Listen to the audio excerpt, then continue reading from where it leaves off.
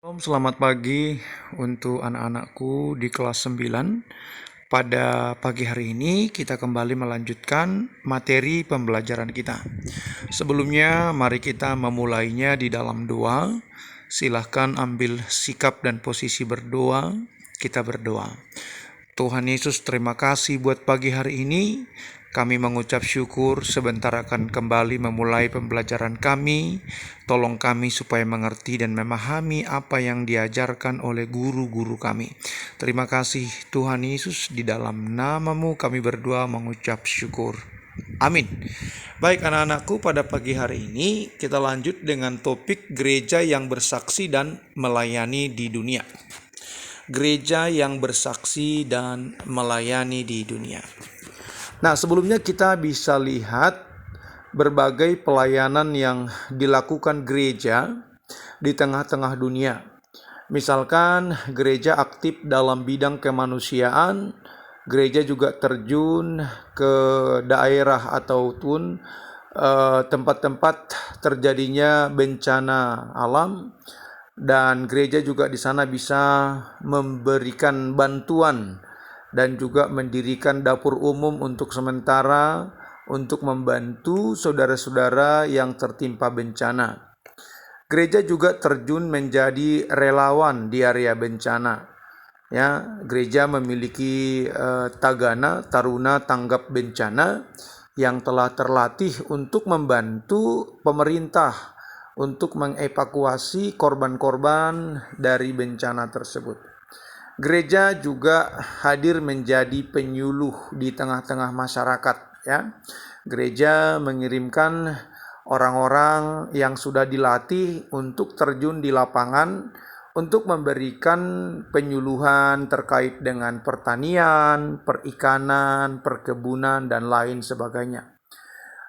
Gereja juga membawa kabar sukacita dalam misi penginjilan di daerah-daerah, pelosok-pelosok, hutan rawa, dan desa-desa melalui para misionaris penginjil yang langsung menjumpai wajah ketemu wajah orang-orang yang ada di tempat yang mereka temukan. Nah, gereja juga harus memuridkan, ya. Gereja melakukan amanat agung Tuhan Yesus dalam Matius pasal 28.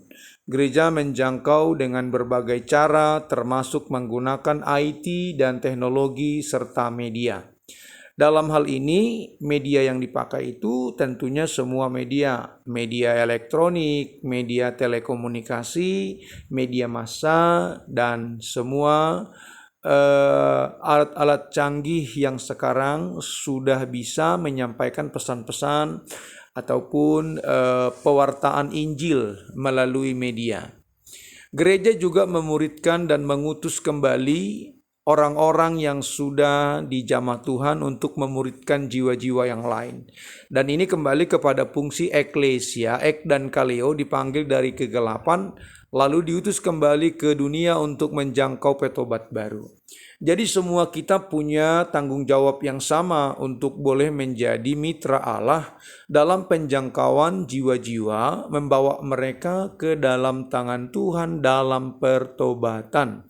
Nah, gereja juga melakukan pembekalan kepada para relawannya melalui training atau mungkin melalui diklat, pendidikan dan latihan sebelum mereka diterjunkan di tengah-tengah masyarakat. Nah, apa itu amanat agung Tuhan Yesus? Amanat agung Tuhan Yesus tidak hanya menjadi tanggung jawab dari pendeta, penginjil, misionaris, tetapi amanat agung itu menjadi tanggung jawab setiap orang yang menghambakan diri kepada Kristus, kepada Allah. Jadi dalam Injil Matius pasal 28, di situ kita melihat amanat agung untuk kita pergilah.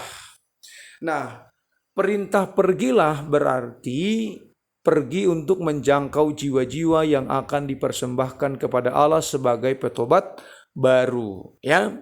Lalu setelah kita pergi menemukan mereka, kita mengajar mereka. Ajarlah, memuridkan, membekali jiwa yang sudah dimenangkan untuk kembali menjangkau jiwa yang lain. Jadi kita melakukan pembenahan, kita melakukan juga pembinaan kepada orang-orang yang kita muridkan untuk kembali mereka diutus menjangkau jiwa-jiwa yang lain.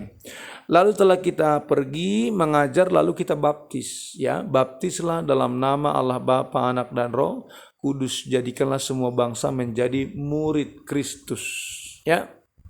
Nah, kita juga melihat gereja yang melayani. Pelayanan diakonia, melayani jemaat dan warga gereja dengan kasih. Kasih tidak sebatas diperkatakan, namun kasih dipraktikkan dengan tindakan. Allah mengasihi manusia, kita bisa lihat dalam Yohanes 3 ayat 16, karena begitu besar kasih Allah akan dunia ini, sehingga ia mengaruniakan anaknya yang tunggal, supaya setiap orang yang percaya kepadanya tidak binasa, melainkan beroleh hidup yang kekal. Allah mengasihi manusia, tentu tidak hanya di perkataan saja. Allah menindaklanjutinya dengan mengirim anaknya yang tunggal, Yesus Kristus, menjadi penebus dan penolong manusia. Melayani dengan tulus dan motivasi yang benar, itu adalah hal yang utama ketika kita melayani di gereja. Melayani dengan kerinduan, bukan dengan paksaan, apalagi motif tertentu. Melayanilah karena panggilan Tuhan. Lalu kita melihat gereja yang bersaksi. Gereja menyaksikan kebaikan Allah, untuk juga dalam misi mewartakan tentang Injil, menceritakan kemurahannya, menceritakan kebaikannya, menceritakan perlindungan, pertolongannya, kepeduliannya kepada yang lemah dikuatkan, yang sakit disembuhkan, dan yang terbelenggu dibebaskan. Dan anak-anak ini harus menjadi bahan atau materi ketika kita bersaksi, ya. Lalu mengunjungi yang sakit di rumah sakit, mendoakan mereka, membimbing mereka, menuntun mereka pada pertobatan, menuntun mereka menerima kembali Yesus sebagai Tuhan dan Juru Selamat mereka yang hidup. Mengunjungi narapidana di penjara, di lembaga permasyarakatan, kita memberikan syafat kepada mereka supaya mereka juga sungguh-sungguh bertobat di dalam lembaga permasyarakatan. Lalu mengunjungi panti asuhan, panti jompo, dan juga mengunjungi orang-orang yang miskin, susah, yang terpinggirkan, ya. Pelayanan sosial gereja dan tantangannya. Dr. Martin Luther King berjuang demi tegaknya rasa keadilan terhadap kulit hitam dan kulit putih di Amerika Serikat.